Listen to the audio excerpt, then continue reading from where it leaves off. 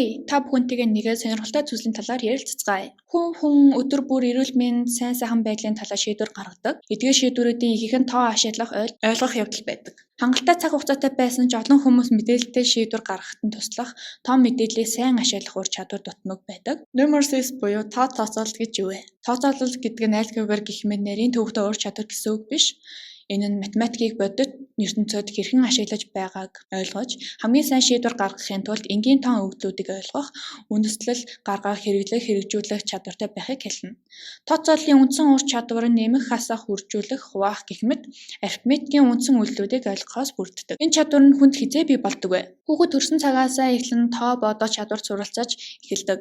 Хүүхдийн эхний 2 жил нь тоо бодох чадвар, бичиг үсгийг хөгжүүлэх амьдралын чухал хэсэг гэж үздэг. Жишээлбэл таны хүүхэд хурууга тоолох, цаг, утас, номон дээр тоо дүрсийг таньж эхэлдэг.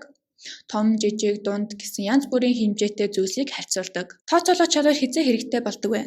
Энэ чадвар нь бидний өдөр тутмын амьдралд өргөн хүрээтэй ашигладаг чадвар юм.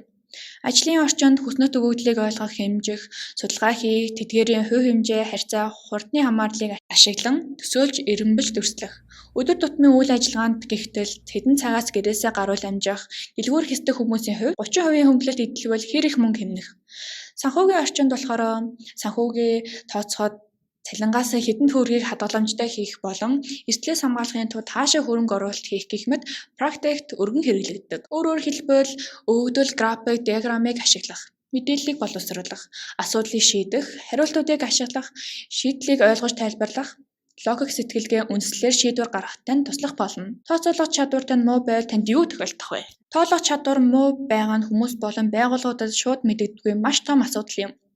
Тоо бодох чадвар муутай насанд хүрэгчид ажилгүй байх магадлал тооцоолох чадвартай хүмүүсээс 2 дахин их байдаг байна. Мөн тэр санхүүгийн бүтээгдэхүүний хамгийн сайн хэлцээрийг олох, тохиролцох чадвар багтаа тул өндөр түвшний өрийн хүүг төлөх магадлалтай.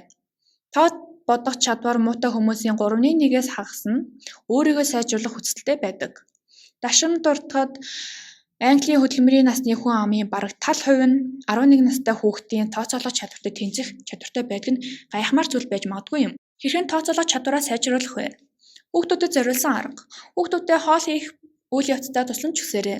Энэ зааврыг уншиж, жор дагаж, орс найлгыг хэмжих, ямар сав хэрэглэхээ шийдэх, зуухны цаг тохируулах болон хэмжигдэхүүний ойлголт их өгөх болно.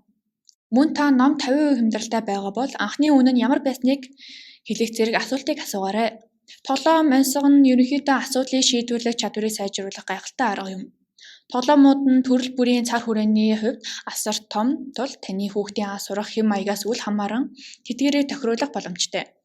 Танд санал болгоход саятан болон онцгой хөзрийг тушаад үзээрэй. Насанд хүрэгчдэд зориулсан тооцоолох чадварыг сайжруулах арга. National Numeracy Challenge нь үн төлбөргүй ашиглахад хэлбэр вебсайт бөгөөд ажилчид тоогоор өөртөө итгэх итгэлээ нэмэгдүүлэх боломжтой. Өдөр тутмын амьдрал тэр дундаа ажил дээрээ ухаалаг утас, таблет эсвэл гэрийн компьютерээ ашиглан компьютерийн мэдлэгээ сайжруулах тохиромжтой арга юм. Мөн тооны програмуудыг ашигла.